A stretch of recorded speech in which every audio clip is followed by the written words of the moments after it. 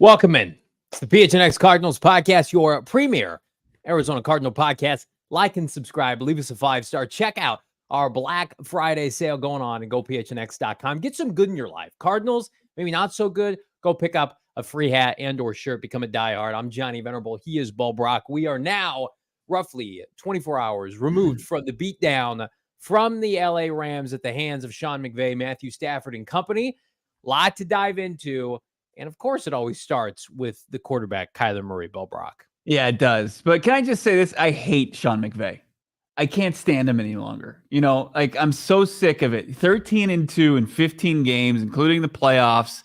I just can't stand it. All he does is wreck things that we like, right? I mean, especially the Arizona Cardinals football team. He just comes in and just dismantles them. He knows exactly how him and Raheem Morris, how to defend Kyler Murray. And he just makes, you know, the quarterback that we like to cheer for look bad on a regular basis. And it's really getting annoying. But I don't know. I think that this is a good little exercise that most people in a relationship partner, whoever it may be, should ask kind of a precursor before you get into a conversation, especially when you're venting. Do you want to vent? Or do you want me to be logical and try to be sensible about this entire situation? Do you want to vent about yesterday? Do you want to be pissed off? Because you have every right to be pissed off, right? You have every right to look at the performance yesterday, I guess the lack of play from Kyler Murray and this Cardinals offense and Drew Petzing and the lack of touches for James Conner. You have every right to be furious about that. Or do you want to talk about where this team is realistically in a rebuild? Because that's the more sensible, logical conversation. But we can also vent today. We can go deep in the weeds as far as being angry, and I'm here for both of them. I feel like, you know, Friday ahead of the curve for your boy. I kind of saw this coming, man. You and Britton were on the side of they were going to win this game, and I wanted to believe that. So wait, you want to use this as I was right? You want to say Johnny was right? That's what I did.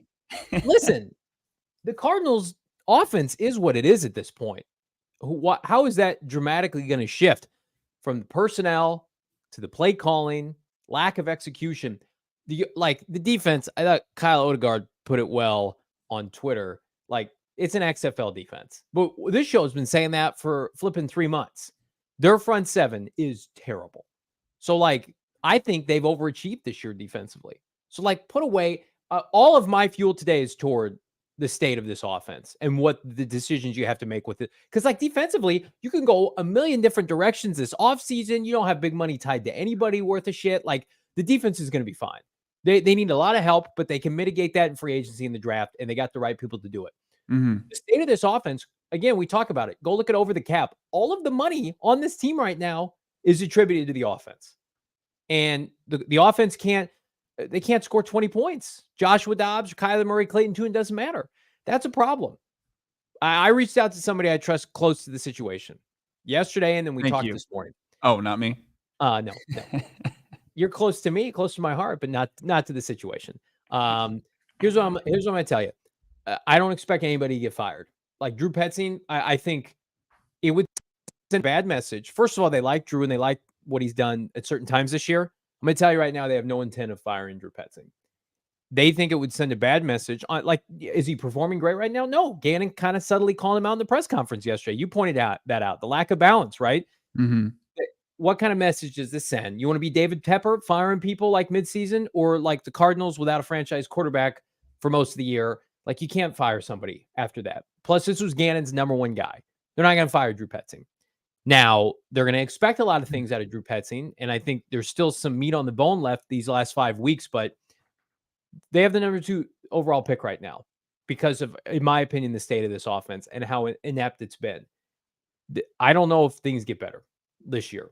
I want to believe that, but I know that the schedule is incredibly damning. Like I'm over yesterday because I've seen that play out so many times. It's not the NFC Championship game of 2015. It's not the Super Bowl.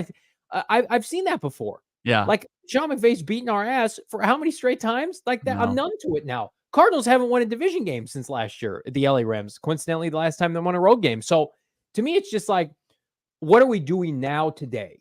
I'm looking forward, and I'm going to tell you right now, if you thought yesterday was scary and I was scared, the path forward is very scary. Halloween's over, but tough times might be ahead. Tough decisions might be ahead. I put out a video a month ago. Fair or not, Kyler Murray's got to win games to keep this job. How many more games is this team going to win? Bo Brock, right now on the schedule, how many more games does this team have after what you've seen subsequently the last 2 weeks? By default of the offense looks bad, and now the defense is crumbling because of personnel losses. Yeah, it's tough. I mean, you've got 1, 2 max winnable games. Winnable, where, if they somehow are able to jumpstart the offense this upcoming weekend against a putrid offense, even though they played better without Matt Canada, new OC, new play caller there in Pittsburgh, but going on the road in December, going up against that defense that's asking too much, right? So,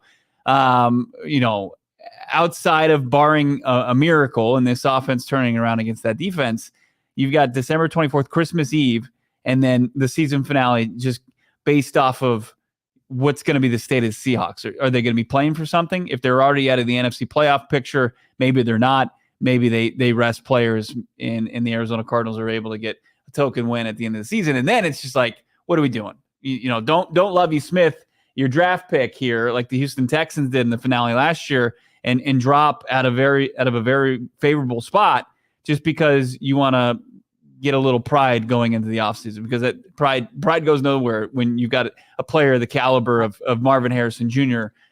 Within striking distance. I agree with all that. These seasons, and we talked about it off air yesterday after the show.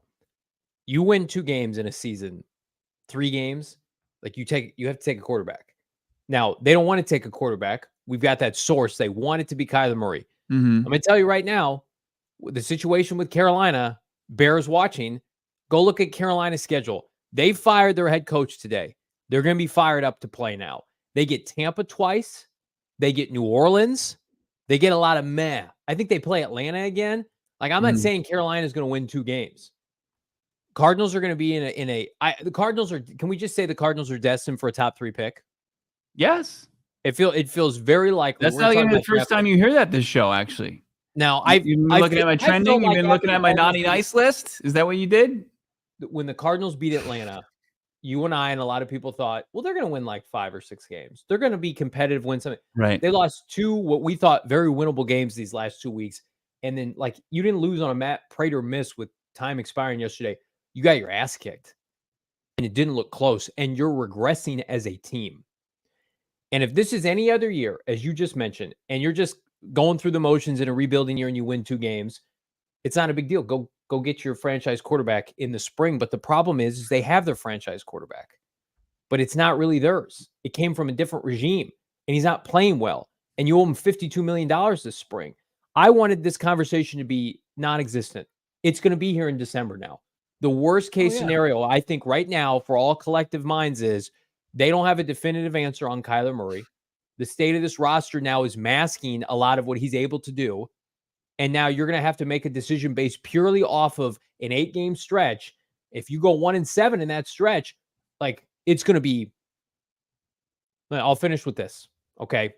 The Arizona Cardinals, once upon a time as a franchise, passed on a Hall of Fame level Ohio State product in Nick Bosa to take Kyler Murray. Are you going to pass on a generational Hall of Fame talent, Marvin Harrison Jr., to take another quarterback in Drake Maye? I think it would be a disaster upon disasters. I will not advocate for it. But if they sit second overall, they're going to entertain taking a quarterback. I wouldn't do it. But if we're sitting here and they lose out and Carolina's picking 1, the Cardinals are picking 2, I mean, everything's on the table. And it's really unfortunate.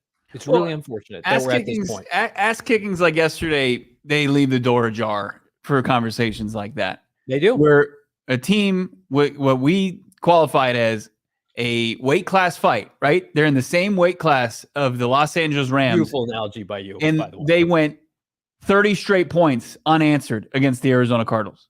It was 8-7, and then when you blink an eye, it's 37-8, right? And that's where you're just like, what the hell happened? Like they got beaten every phase of that game. They had poor punts. They missed field goals. They were penalized. They couldn't throw the football. They went away from the run game. When they did run the game, they went to the run game outside of James Conner. They couldn't run the football. They couldn't cover. They couldn't slow down the run. They couldn't do anything, right? So once you have a humbling experience like that and you start to kind of pick up the pieces and you look at the organization, you say, hey, nothing's out of the question. And that was what this offseason was about, was getting into a position where when the 2024 offseason came, they could pivot any direction they want. Now, here's where I'm going to start to get into. I'm going to go to Sensible Bo here. I need him today. This was usually week I don't want to three. hear from him. This was week 3 of Kyler Murray coming back from ACL surgery. This was week 3 where he's picked up a brand new system where he's being asked to do things he's never done in his football life. Not just his NFL career, his entire football life since middle school. He hasn't been taking snaps from under center. He hasn't been playing right foot up like they've asked him to do, different footwork. He hasn't been asked to get, diagnosed pre-snap, get into huddles, have the same kind of the cadence and verbiage that they want. It's all different, right?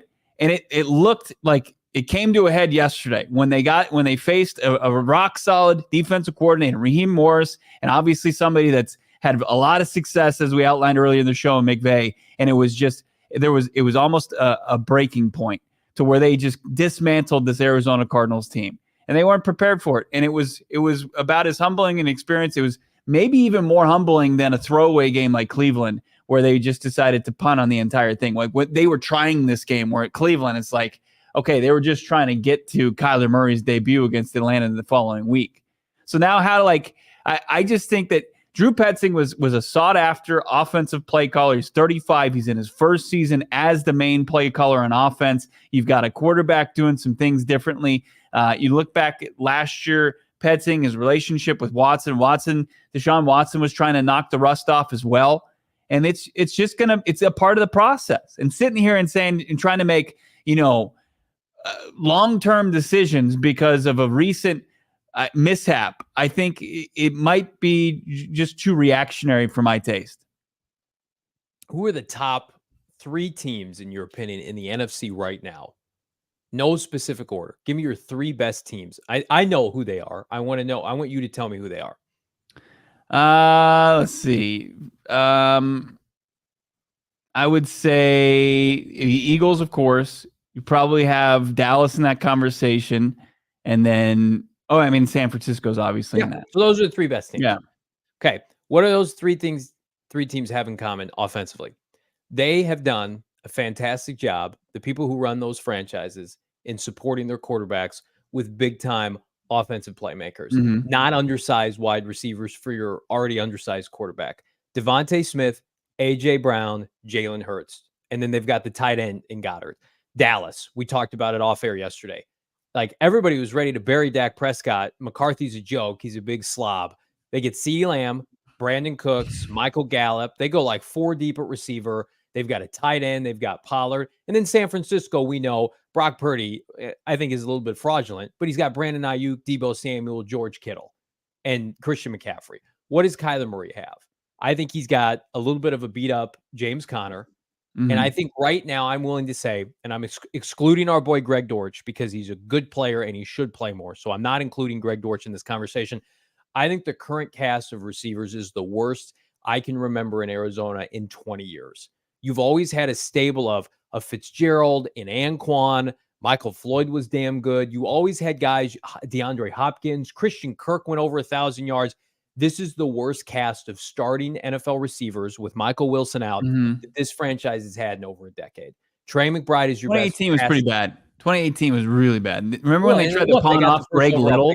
He hadn't played for like 4 years. They're like, hey, Greg Little could be vying for the wide receiver 2 or 3 on this team. You're like, good Lord.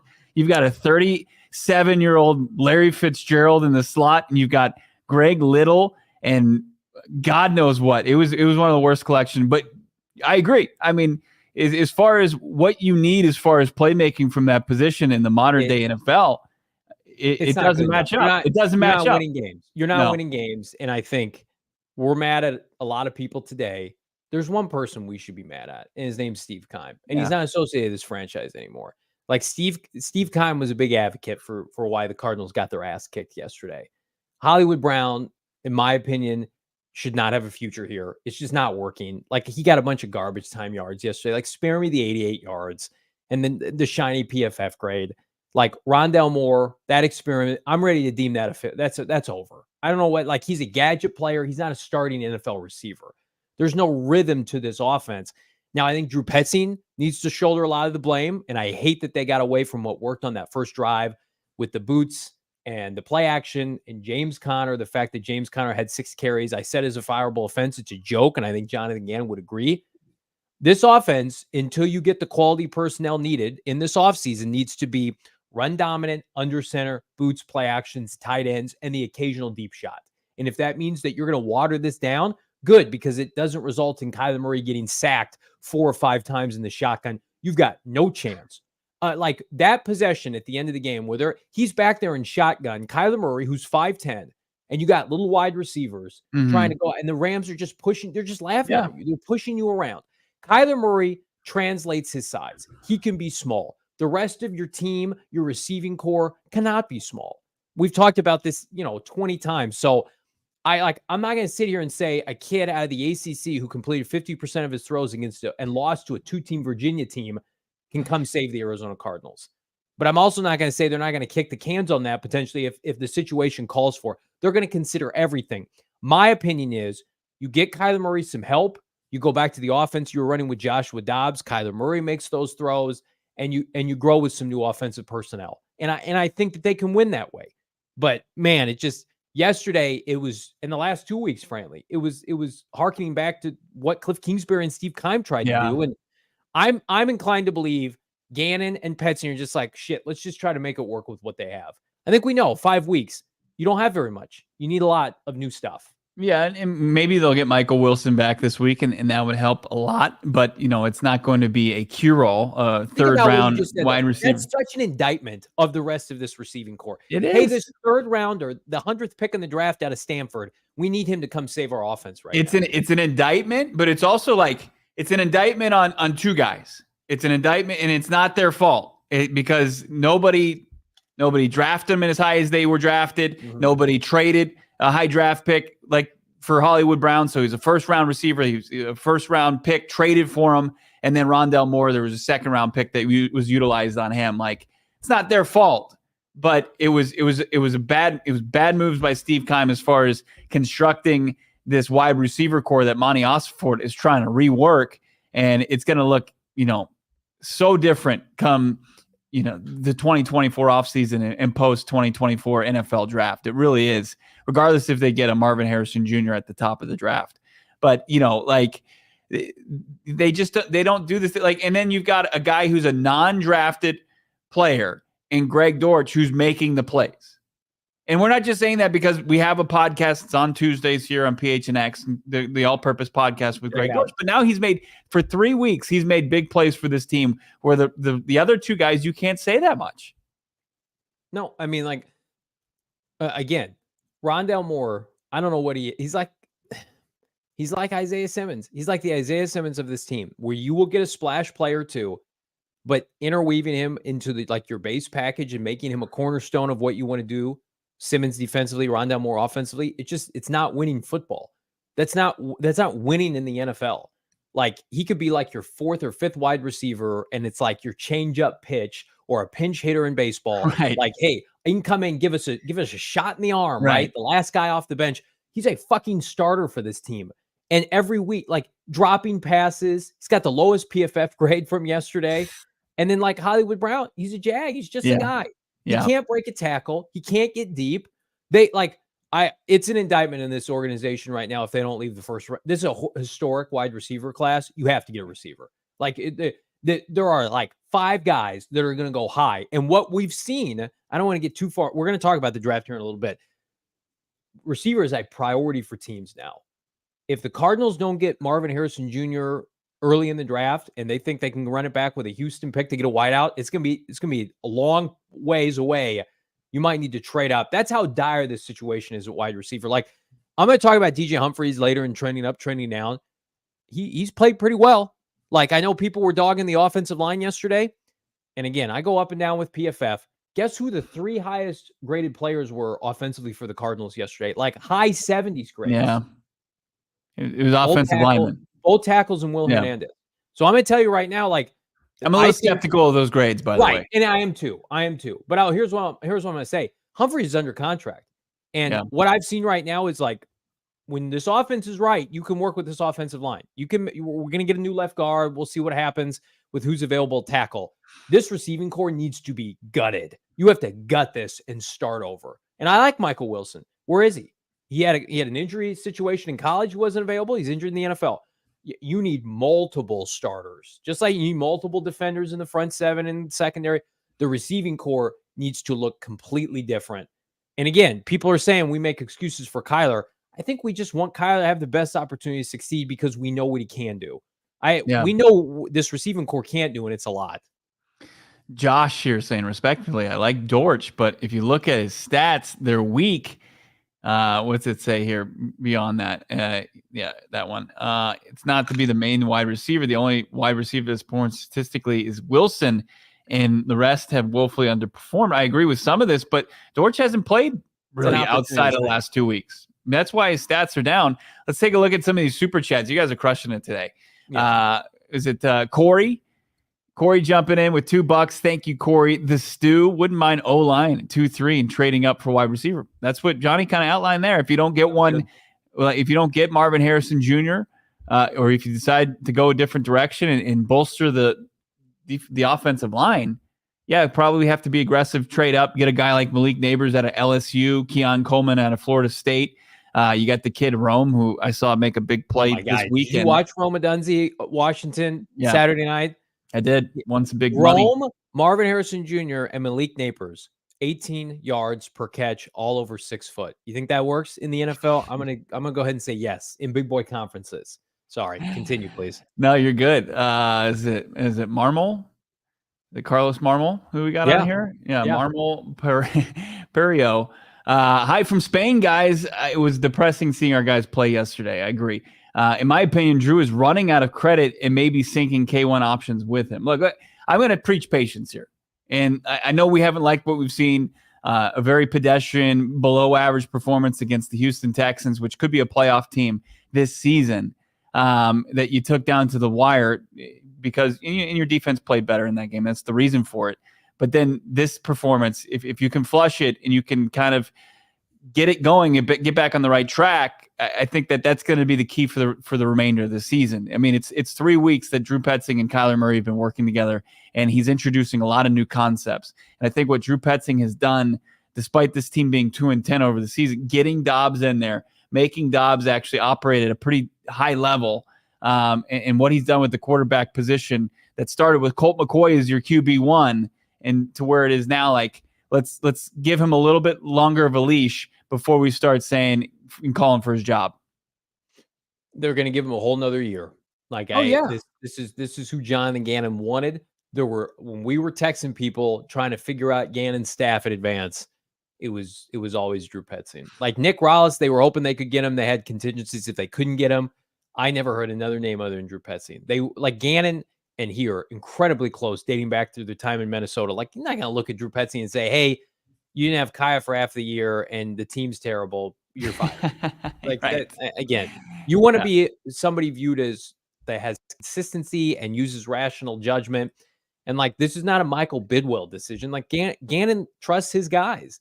These are all first-year coordinators too. That's why a risky proposition. And like, I liked a lot of what Petzing was doing with Dobbs in this offense, under center, running the football and mitigating a lot of their personnel issues in the process. Like Kyle Anderson, $2 super chat. Like, this is where I'm never going to get on board with. You can't sit in the shotgun throwing undersized receivers. This isn't West Virginia. This isn't the Big 12. This is NFL football. This is a man's game. Like you have to be able to go north and south. And again, like I'm not calling anybody like not a man, but basically what I'm saying is like this is finesse football. This is soft football. What we saw yesterday, you got gutted by a team that was clearly just more physical than you.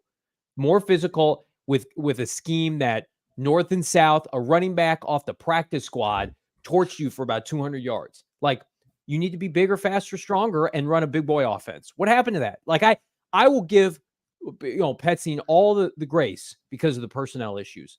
When they're running the Dobbs offense and they're putting up points against San Francisco, that was like the peak of the offense. And then something's happened since Kyler Murray's come back, and we've been teased with the under center, and then he just won't go back to it. So I despise the offense when they go under shotgun. It's just not a winning offense. It's just not. Can I put on a tinfoil hat? Okay. Let's do that. It might even be a bit galaxy brainy the way I kind of go outside the box here. But are they getting out of under center because they understand that works and they're trying to give Kyler looks to get him comfortable in this offense? He looked pretty comfortable that first drive. He did. Under center. And that's what they know that, right? So they can check that box off. Are they trying to get him comfortable in other looks in this offense with obviously without the expectations of them winning football games? I mean, no, they're trying to win games. I think they got too cute yesterday, and Gannon called Petzing out in the press conference and probably ripped his ass post game. I would imagine that's what happened. And they're probably going to run the ball 40 times against the Steelers, in part because what other choice do they have? They don't have a choice. Like Hollywood Brown and Rondell Moore and press man against the Steelers secondary, you're fucking dead. You're not winning there. In the cold, like they're going to be doing read option. They're going to run the football. It's going to look like, I don't know, Army football. It should. That's what it should look like. It's a man's game. Personnel. Can't wait. I can't wait to see the headline, hometown boy returns and whoops that ass. James great. Conner. Listen, Deuce in the chat, $1.99. Drake Maye 2024. I'm not going to repeat what he wrote here, but just tired. He's tired of Kyler Murray being small. And listen, there's a segment of the fan base that's over Kyler Murray in this franchise. Like, we're not going to be naive to that. And you're not wrong for having that opinion. Right. Kyler Murray, and I told Bo this off air yesterday, like he hasn't played good football in 2 years. We got to see the cachet, the pop. We got to see a 3 or 4 touchdown game. We got to see, you and Britton would talk to me a lot about when I would just preach wins and losses at the end of the year. You talk a lot about the optics. What does it look like? Is he winning games? Or like last week, right? Let's say they lose against Houston, but it's the offense that's fantastic and the defense looks like Brandon Staley's running it, right? Then you feel differently about Kyler Murray. The problem is right now is you got $52 million decision to make. And you're going to be picking in the top 3. And there's 2 what people think generational quarterbacks. They got to force the issue. And Kyler Murray, like, he's already banged up his hand and he's limping a little bit. Like, I want Kyler Murray to go out and ball out, but like, he's got to force the issue here. We have seen kind of some average to below average play, flashes of greatness. And that's what I'm hanging on to. I want to see more of that, but it's also like, is he being dealt, Bo? Do you think, and this is a fair question, a losing hand given the state of this roster, given that he took over and the Cardinals had the second hardest strength of schedule remaining? Like, is this even obtainable to have production in this half of the season with one of the worst teams in the NFL? The odds are stacked against them, no doubt about it. I mean, to be able to really squeeze out any production from this offense right now as it stands or as it was the last 2 weeks, it really is it's a tough ask from them. But it's the opportunity, right? It's the opportunity for him to continue on being the franchise quarterback of the Arizona Cardinals. And I think that he still has, the heavy odds on favorite to be the franchise quarterback going forward, and maybe some luxury to mess up right now and play his play look ugly as he's going through the growing pains of it all. But, I'm looking back, we talk about, maybe a statistically pretty game. Like when was the last time we saw one of those games from Kyler Murray? Like I'm looking at his Minnesota last year, game late log, October. His game log, that game against Minnesota, 3 touchdowns, but he threw 2 picks, and they were both pretty ugly. Threw for 326 in that game. That was the last time he threw for 3 touchdowns. He had a 2 touchdown game. That was also the last time he threw for 300 yards. Was that? Yeah. I mean, at some point, like I know you look at the opponents and there's some tough defenses on there, like this upcoming one against Pittsburgh, one against San Francisco. It's not great as far as in Philadelphia in Week 17, but at some point you have to break the trends, and it doesn't matter who the opponent is. You're just going to have to show people at some point that you're worth the investment. And when you talk about the quarterback position, like if you trade Kyler Murray, you're absorbing close to $50 million in dead cap next year. And then next year you would draft a quarterback. So you would draft either Caleb Williams or Drake Maye. Probably the only two worthy. Like, people, get out of my mentions with Jaden Daniels.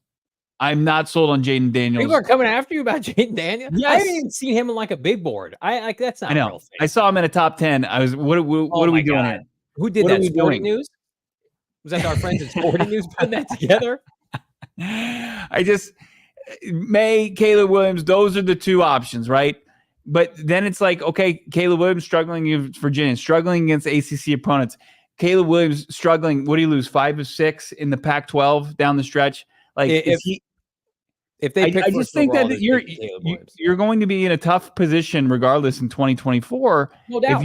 If you can work through the struggles now without any expectations to win, and then get a full offseason under your belt, and then see where you are at this point next season, I think that'll do a lot, the organization, its fan base, a whole lot of good.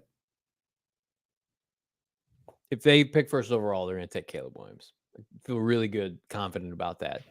And like, listen, if they lose, we think about this for a second.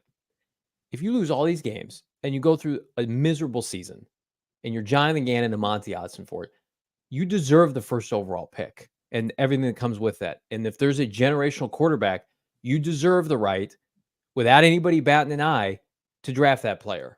Like, I'm as respectful as I can be to Kyler Murray. If they're and like people are hating on Caleb Williams, like, you can't discount the fact that, like, he's outside of Marvin, like, he's the best player in this draft. Any quarterback changes your franchise. Plus, you don't pay him any money. Like, I don't want them to take Caleb Williams. I don't want to go through the drama that comes with him and his dad, and like the fact that he pouts after games. Like, but like they would take Caleb. Any team that's picking first is taking Caleb Williams. They're not trading the pick. They're not taking Marvin Harrison Jr. first overall. Caleb Williams is going first overall. So the question then becomes, if they pick second, is there enough tangible evidence this year, last year, that Kyler Murray is way better than Drake Maye? Drake Maye making no money, coming out of UNC, a shitty conference. Like, that's a real conversation. I don't want to have that conversation, but they're going to have that, right? And then, Marvin Harrison Jr. at number 3 or whomever's picking around you. But the Caleb thing, like, I didn't think we'd be in a position to talk about Caleb Williams. And like a month from now, are the Cardinals going to have the first pick in the draft? Because I'm going to tell you right now, they got to play the Steelers and the Niners and the Eagles. Like, are they winning those games? They're not winning those games. So we're just assuming on the surface they have 2 winnable games left. Well, those 2 games are 2 of the 3 to end the season. So for the next month, the narrative could change unless Kyler Murray puts on the Superman cape. I hope he does. I want to see that happen. But I mean, just as Gannon would say, buckle up. It's going to get real here pretty soon. Like, they did this to themselves. Like, they stripped this down, knowing that this was a possibility. They brought it back. No, they're rebuilding. Right, they stripped it down. No one could have the first overall pick. And I see people get up in arms, just pissed about performances like yesterday. Like, you want to see things that at least signs of encouragement, and yesterday provided none of that. And I'll say this: Caleb Williams, he doesn't produce a much better performance than Kyler Murray yesterday either. Like, I don't think the money thing and the age, that you have to take all that in consideration. But by the time you get money, Caleb Williams rolling and the money off the books from Kyler Murray, you're 2 seasons away from inking Caleb Williams to a $300 million contract. Well, that's a good problem to have, because then you're winning games, man. I mean, it's just that you're winning. Were you winning? I mean, Kyler was just coming off an 11-win season, but that's the only winning season that he had. I mean, like, were you necessarily winning games consistently with Kyler Murray, like when you inked him to the next deal? Because that's what it is. It's just that's Let me ask you a question right now. Let me ask you a question. I'm going to ask you a question right now that I don't think anybody's going to ask. I'm not the overreacting king. These are serious. These are questions they're going to have. These are conversations they're going to have. We're going to have these conversations because we talk about this show on a daily basis. We talk about all topics about the Arizona Cardinals. We're not going to hide from anything just because we feel one way about it. Yeah. I don't want to do this. If the Cardinals lose out and we get to the Seattle game and they have the first overall pick, would they bench Kyler Murray and start Clayton Tune in the finale? I don't know. I mean, I don't think they would do it out of. I mean, they could obviously do it under the guys that they're not playing for anything. I mean, it's the season finale. You got a guy that just came off an ACL tear. You can sit him down. What's the point? What do you need him to play for? So evaluate Clayton Tune. Like, yeah, there's so many answers that they can. Kyler Murray goes to Soldier Field and they lose to this Bears team, and you're picking first or second. Like, I could see it. This is just tough, man. We got a lot of other stuff to talk about, but I want to tell you guys about my friends at DraftKings. I hope you dabbled on some Rams promos yesterday, some props. I did take the under in Kyler Murray's passing yards. That hit. But, man, we are so deep into the NFL season. We got to make every second count. Only 5 games left in the regular season for the Arizona Cardinals, 6 in total. With DraftKings Sportsbook, you can make the most out of every game. Bet on your favorite team at a shot at winning big bucks. New customers can make $150 in bonus bets for betting 5 on any matchup. Hell of a Monday Night Football action. Our boy Joshua Dobbs in action. We want to sprinkle a little bit on Minnesota money line, a little dabble on some Dobbs props, over unders and points, whatever you want to do it with our friends at DraftKings, the official sports betting partner of the NFL. Again, gambling problem, call 1-800-GAMBLER or in New York, 877-8-HOPE-NY. Check them out. Gamble responsibly. You got to be 21 or older in most states to be eligible. But, age varies by jurisdiction. See DraftKings.com/sportsbook for details and state specifics, gambling resources, eligibility and deposit restrictions apply. Bonus bets, they do expire after 68 hours. So you got to use them or you lose them. Terms at sportsbook.draftkings.com/football terms for more information, Bo. Producer Damon Dog has a banger for tonight's Monday Night Football. You got to check it out. The PHNX Bets podcast. It's right here on your YouTube channel. Make sure you hit that before you tune in tonight. Get that bet in. Seems like it's a bit of a lock, Damon. I Deefin locked it. Oh, you did? Okay, he did. Shane Sweet Boy Deefin locked it, and it seems like it's money in the bank, like I was this weekend betting the football games. That's right, Johnny. That's right. You were basically Mr. Gabagool. You were the equivalent of the New York Giants quarterback. Tommy DeVito. Hey, I'm walking here with my meatball. Wow, that's offensive. Arizona Family Sports is not. They've got Phoenix Suns games. All you need is some rabbit ears. You're going to get Suns basketball on your television, including the game coming up. How about the 29th against the Raptors? That's at 5:30. Tune in on Arizona Family Sports. Wherever you live in this great state or even out of the state as far east as New Mexico, you can check out the Suns on Arizona Family's 3 TV, Arizona Family Sports Channel 44 here locally. Suns, they're coming in hot. They're heating up. Of course, Booker on fire. KD, hopefully when they get Beal back, it's going to be great.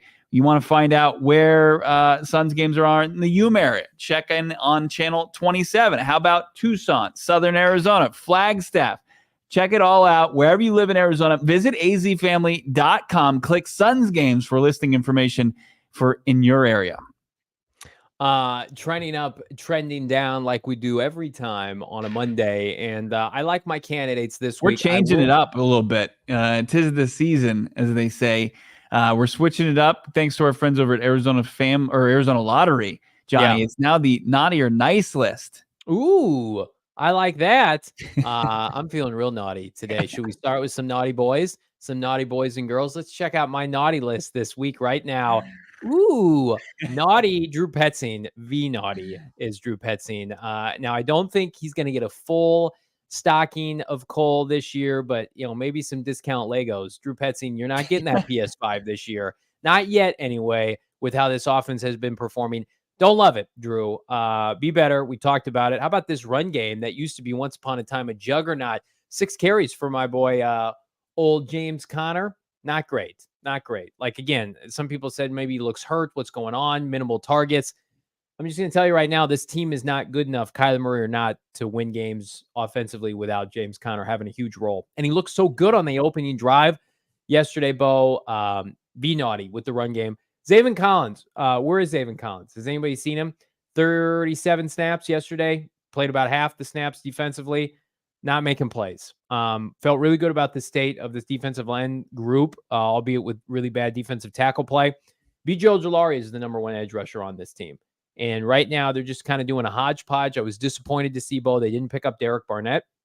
He ended up going to Houston, coincidentally enough. Zaven Collins, though, man, like, hasn't had a sack in over a month. Just kind of a middling player right now. And that's not a guy that you want to pick up a fifth-year option with. So anxious to hear JG's rationale on that, because somebody who is actually seeing their time on the field increase, it's Keitrell Clark. Gannon, very complimentary of Keitrell Clark. Very nice yesterday. Much more physical than Marco Wilson. Graded out pretty well with our friends at PFF. I'm not going to say that he's the savior at CB1, but it's just nice not to see number 20 out there. Was it not? Like, Keitrell Clark did an admirable job for what was asked of him. Glad to see he's back in the good graces of this franchise. DJ Humphries, as I mentioned, good graces with your boy Johnny Venerable. I'm going to tell you right now, I think DJ Humphries is safe in 2024, in part because I think they've got to use that first pick on a wide receiver. I think you keep DJ Humphries around. I think, again, you want to draft a developmental tackle, or you take a tackle with your second one. They will not cut DJ Humphries until post June 1st with the money that he's owed. So you might as well keep him on the roster. Was the highest rated offensive player for the Cardinals yesterday, which tells me that the sacks, they were on Drew Petzing and Kyler Murray. Like, do a better job. Offensive line, much better than I think a lot of people are giving them credit for. And then the wide receiver class, we talked about, it's historic. Cardinals must leave the first round with a first-round wide receiver. Like, at the end of the day, I don't care who Steve Keim did and didn't draft, CeeDee Lamb, and he took Rondell Moore and a bunch of busts. Like, you can't let Keim's misfortune and mistakes dictate how you draft. Like, I've seen a lot of people like, oh, not another pick on a receiver. What the fuck else do you want them to do? They don't have a passing game. It's the worst passing offense in the NFC, only above the New York Jets. They don't have double-digit passing touchdowns this year. You got to go get wide receivers. So, I thankfully, it's a historic class. Go nuts. Go nuts, Monti Ossenfort. I don't think Santa has crafted a better naughty or nice list than that, but pretty rock solid job, no doubt about it. And that wide receiver class, excited. I get excited when I watch the highlights from Neighbors and Keon Coleman and Marvin Harrison Jr., of course, Rome from Washington. A lot of big plays out there in that wide receiver class. Let's take a look at my naughty or nice list from Arizona Lottery. My naughty list, you guys are going to get Cole and you like it, even though Johnny was threatening with some discount or off-brand Legos. I don't even know what those exist. Josh Woods had a terrible game yesterday. Josh Woods was trying to fill the void left by Kazir White.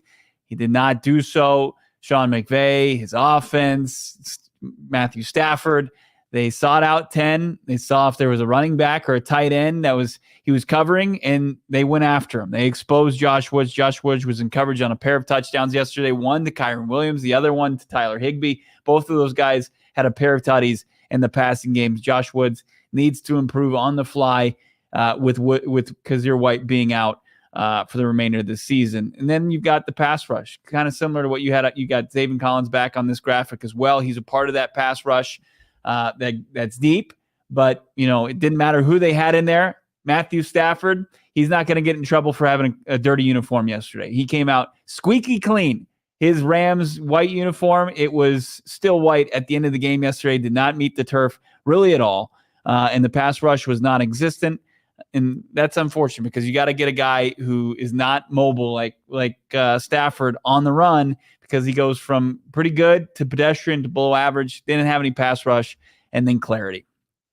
Clarity's on the naughty list because I wish we had a little bit more clarity 3 games into Kyler Murray's 2023 campaign, but the waters, they continue to be murky. Several areas, including quarterback, going forward. And at least for now, there is no clarity as far as who the quarterback is for the Cardinals beyond 2023. Like I said, odds-on favorite, probably K1, but the door still remains ajar for some of these quarterback prospects. Now, my nice list, we mentioned him earlier in the program, Greg Dortch, the one-armed tutty. in garbage time, but albeit a touchdown, 3 consecutive games with a big play for 83. He's always in the game. He's always playing his ass off. Love what I've seen from Greg Dortch. Continues to trend up. Jalen Thompson, back-to-back weeks with a pick. I know he was on your list as well. He also had close to double-digit tackles last week or this past game, and he's flying all around the field. He had the sack a week ago in Houston, and then also trending up or on my nice list is that top 3 pick. And there's old sweet Marvin Harrison Jr. Within striking distance if you lock in a top 3 pick. And the Arizona Cardinals are going to be in a very good spot, continue to be in a good spot to be picking within the top 3. I like it. I had Jalen Thompson on my list, and I took him off to put Humphries. Oh, you did? Yeah, just because, Jalen Thompson deserves to go to the Pro Bowl this year. He's the lone Arizona Cardinal. I would say that you're a Pro Bowler this year. He's their best player on either side of the ball. He's fantastic. I'm so glad he's on the team. I think he deserves a pay raise, frankly. Like, he is a complete safety.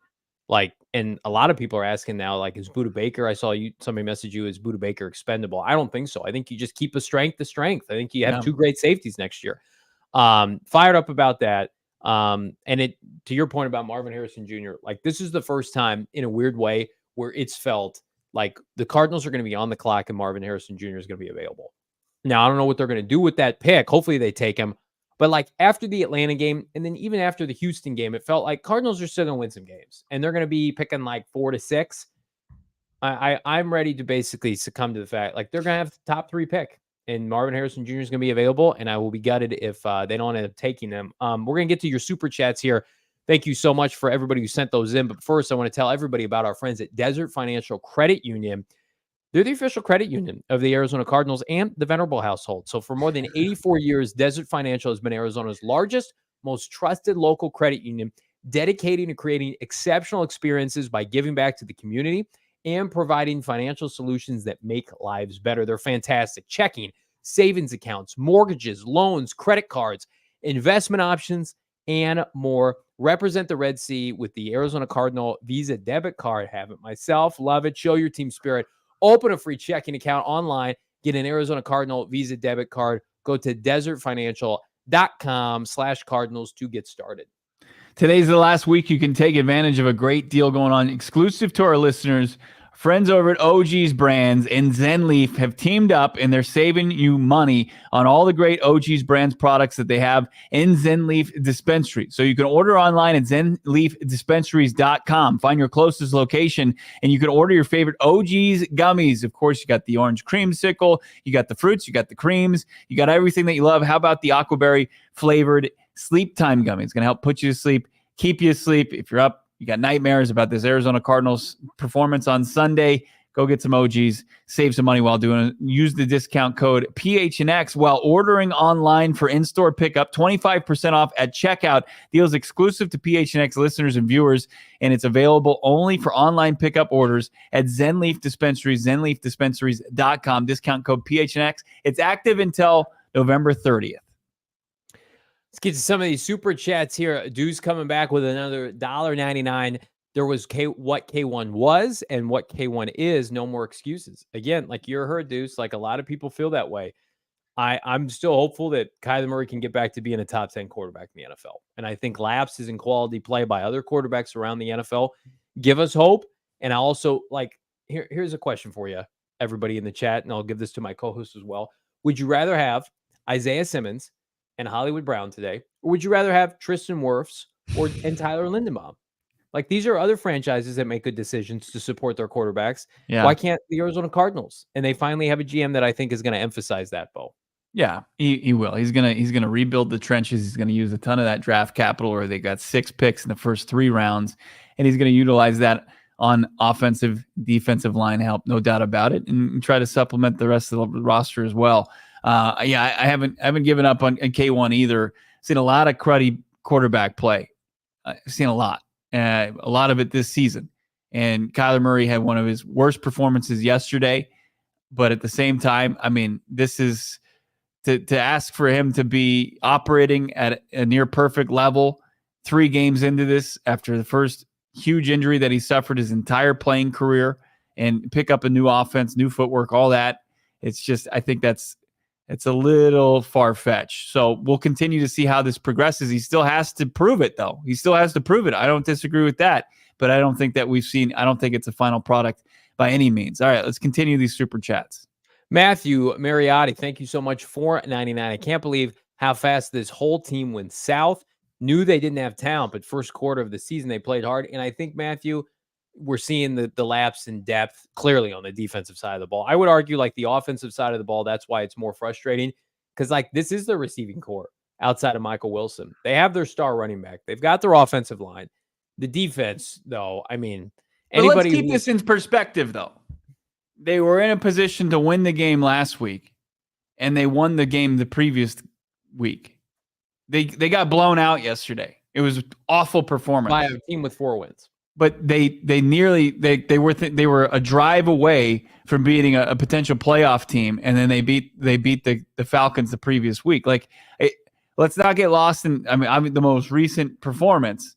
But this has been a team that's been, for the most part, competitive throughout the season. It's just not going to. They're not just going to taper off and then go out in a whimper. Like, that's Cliff Kingsbury's teams. Those are Cliff Kingsbury's teams. I think that just like the post-Cleveland game, the Cardinals have an opportunity again this week to be competitive against the tough Steelers defense.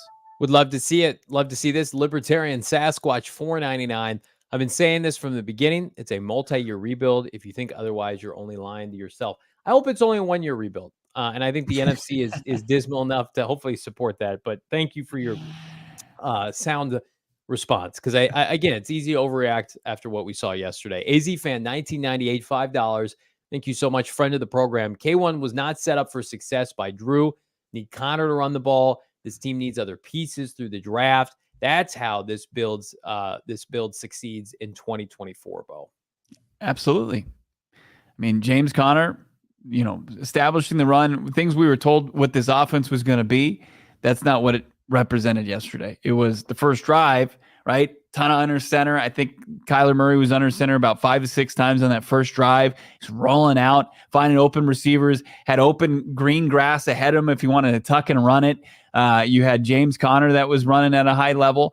It was the first drive is what we envisioned it looking like, and then they went away from it. And so AZ Fan 1998, I completely agree. Like, they need to continue to feed Conner and really kind of establish it to set up Kyler Murray for success. Dirtbike Boy 714-499. Everybody, hey everybody, if we take a QB top 3, what the hell is going to change when there are no weapons next year? Marvin Harrison Jr. is the only choice, or left guard or cornerback. That's the point, Dirtbike Boy, that I think a lot of people are making, including our own Britton Golden. It's just like nothing's going to change with a Drake Maye in there. Like, you're going to have a lot of the same problems. Like, sure, the roster I think will be better, but you also have to wonder, like, what's the ceiling? Like, I feel like we know, like, Kyler Murray gets help, you can win a lot of games. Drake Maye gets help. Like, what happens if Drake Maye's Bryce Young? What happens if Drake Maye's Jordan Love? Like, this is not an exact science. Like, he's not going to be CJ Stroud. I can tell you that. He's not even CJ Stroud at the college level. No, he's not putting up gaudy numbers where he has every opportunity to do so. His accuracy problem. He does. He's got a decent run game. He's got Tez Walker, who's going to be an NFL wide receiver. And he can't make. He's not putting up gaudy numbers. Virginia and Boston College, and yeah. I mean, like, we saw how Zach Wilson against BYU's competition turned out in the NFL. Like, it matters who you play. They got people throwing Josh Allen Wyoming numbers at me. That's the anomaly. That's the outlier. Don't. That's the exception. Josh number schedule. Josh Allen's schedule. Kyle Haley, really good point here. $5. I'm actually glad there's no talk of firing JG. It's like, do you want to be David Tepper in the Carolina Panthers? Like, Jonathan Gannon is going to get plenty of time to fix this and get this right. You cannot judge. I think Gannon's done a good job, but you can't judge this team on the state of this roster. Like, I'm disappointed here on a Monday because they didn't claim Derek Barnett, because I want them to continue churning this roster, but this is going to be unrecognizable like in May. So many of these guys are going to be. You're going to have to wear "Hello, my name is." Like, you're not going to recognize anybody. It's not going to be all brand new faces within the walls of that organization. And Tepper, I know he's not dealing with, and there's not any unflattering, brutal write-ups, from allegations levied against him like Bidwell, but Tepper might be the worst owner in the NFL. It's real bad. What's not bad is the sales we've got going on at gophnx.com. Become a diehard. Again, the Black Friday sale is happening right now. I urge you guys, check it out. There's no better time to load up on PHNX Sports. Goodness, we've got gear 99 cents, $2.99, half off, 60% off, 90% off. You get over 75 bucks. I think you get like free shipping plus a gift card. I mean, it's really good stuff we got going on right now until the end of today. Like today is the last day. We're making a hard push. We got it in the warehouse. We're getting it out. Cyber weekend ends tonight. Go phnx.com, the merchandise locker. Check out Bo's Twitter, my Twitter for more information.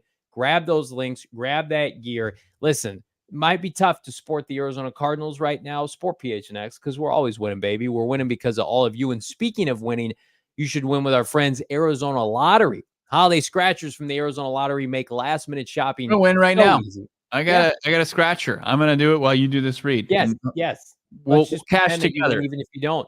There's a scratcher for everybody on your holiday list. If not, there should be, and they cost a mere $1. Top prizes up to $500,000. I mean, there's nothing that gets my juices flowing like a little dabbling on a scratcher. It's fun. It's simple. And I can't wait to dive in with my friends of age this year with a holiday scratcher. Again, Bo Brack, perfect for everybody on your Christmas list and otherwise. But what do you got? You got a winner on your hands? Let's see. I have to figure out. I don't know the rules. I went crazy on it. I went ham and I started scratching it. Reveal a gift symbol and win the prize shown. Oh, hell yeah. Let's see. We got 226 people. This is going to be tough to split. I got $1, and we're not going to be able to split that amongst the 226 people in the chat. Well, that's big because it costs $1. So you made your money back. We did make our money back. We're going to reinvest it in for the brand, and we're going to get ourselves a nice prize next show. How about that? Do you have enough right now to have your floors done with Empire Today? $1? No, but Empire Today, we're going to help you save money just by checking out new floors. You get $350 off right now. Empire Today, they take out all the hassle, all the issues that you run into when you're trying to replace flooring at your house, your condo, your apartment. Empire Today, they're going to make shopping for flooring convenient, and they're going to get the right product for your home. Don't miss out on it today. It's quick, it's easy, it's convenient, it's speedy service, and you get to kind of visualize exactly what it's going to look like with their online program that they let you utilize, where you can see the flooring in your home. So take advantage of this right now. You can get $350 off a discount when you use the promo code PHNX. Restrictions apply. See EmpireToday.com/PHNX for details. Dobbs, the Dobb father, tonight on Monday Night Football. Bo Brack, you nostalgic for the Dobb father at this point? How are you feeling about old Joshua Dobbs in Minnesota? I think they should get the win fairly easily tonight against the Chicago Bears. And he'll probably put on a performance that's going to keep his Linsanity moment going, and good for him. I think Bears win tonight. I'm going to go Bears winning on them. Yeah. Fields back. Offense is looking a little bit more confident. They should have beaten Detroit. Chicago Bears beat the Vikings tonight. Like, we're acting like the Vikings are good. Come on. Dobbs is very got a good defense. I don't think Justin Fields is going to do much against that defense, to be honest with you. I think we're going to get a vintage Justin Fields-esque What type is of that? game. What is vintage Fields mean? He's got like 5 wins and like 40 attempts. Scramble guy. The Dobb father. Don't you have some statistics on Dobbs versus K1? Yeah, let's take. Oh, that's what you were leading me there. Sorry, man. I just completely was like, no, I don't want to talk about. So I tweeted this out today, and people went nuts. Like, this is unfair, Bo. I just literally tweeted stats from their first 3 starts under Drew. These are misleading. Are they misleading? I didn't even think Kyler Murray's stats looked that bad overall. Both quarterbacks win 1 and 2 in their first 3 starts. Dobbs got that win over the Cowboys in week 3, and Kyler got his in his debut. The rushing stats, they're pretty similar. Kyler, 2 more rushes to the end zone, so 3 total touchdowns rushing, and then Dobbs had 1. He had 93 yards rushing. And then the quarterback rating, this is where Dobbs gets the edge. He had a 98.1 quarterback rating to Kyler Murray's 79.9, where Dobbs, he didn't turn the ball over, at least in the air, his first couple weeks at the under the shot in the shotgun or under center. 2 touchdowns, no picks. Kyler, 2 touchdowns, 2 picks. Kyler gets the edge as far as throwing passing yards, 719 to 549. So, Kyler being able to kind of get a bunch of chunk yardage, but I think there was a little bit more efficiency from Joshua Dobbs in his first couple games. And then, somebody asked, and it was the right question, I think, what did Dobbs look like in his final 3 games where he really struggled? He was passing for 58%, completing 58% of his passes, 589 yards, 2 touchdowns. He had 4 turnovers in those last 3 games. He was kind of turning the ball over at a high rate, 3 picks and 1 fumble lost. All that comes with difference of expectations too. Like nobody had this show might have, because we were on Dobbs for anybody else, but like nobody had expectations for Joshua Dobbs, and he's running around, he's being an athlete. Good for him. Everybody's got expectations for Kyler Murray, as they should. He's making $52 million next year. But I also look at that and I'm like, God, Kyler's completing 62% of his throws, and it feels like he's missing every other throw. So that tells me that they're closer, hopefully, than we think, than people think. But I'm going to tell you right now, like, Kyler Murray can be a productive top 10 NFL quarterback again. I just don't think it can be right now today. Like, we could get glimpses of it, and that's why Ossenfort and Gannon are paid the big bucks to figure that out. Like, hey, can we do enough to support this guy? And then in turn, can he carry us? Can he win us a bunch of big time games? And if the answer is yes, then let's ride, baby. But let's buckle up and let's do this in 2024. But to me, it's just like Joshua Dobbs is an anomaly, and I think he's a Minshew-esque type of good backup. Minshew's probably a little bit better, but the Cardinals roster is so depleted and so devoid of talent that it's going to be hard for any quarterback to win with this team right now. Like, they can't come out and say that, but with their actions, not their words this offseason, they're going to tell you that when they move on from Hollywood Brown, when they cut or they trade Rondell Moore, when they add a couple offensive linemen. Like, they're going to tell you, hey, we know this wasn't good enough last year. So if they can look at this from a 5,000-foot view and say, this is in part because why Kyler Murray, who off a major injury, struggled, then there's your answer. But if the answer is, and I don't think this is what it's going to be, Bo, Kyler Murray couldn't get the ball to Hollywood Brown, he's open, Rondell Moore, etc. Like, no, I don't think that's what's happening at all. No. And then, Kyler Murray, if you look at kind of that comparison, right, head to head, and he's been able to manufacture scoring drives. And I know people point to garbage time, but then there was a couple times where Dobbs, like the Los Angeles Rams, they got held out of the end zone with Joshua Dobbs as their quarterback against the Rams. Like the Rams defense basically beat their ass both times that they faced them this season. So, and I think wasn't there another touchdownless game with Dobbs at quarterback before he went to Minnesota?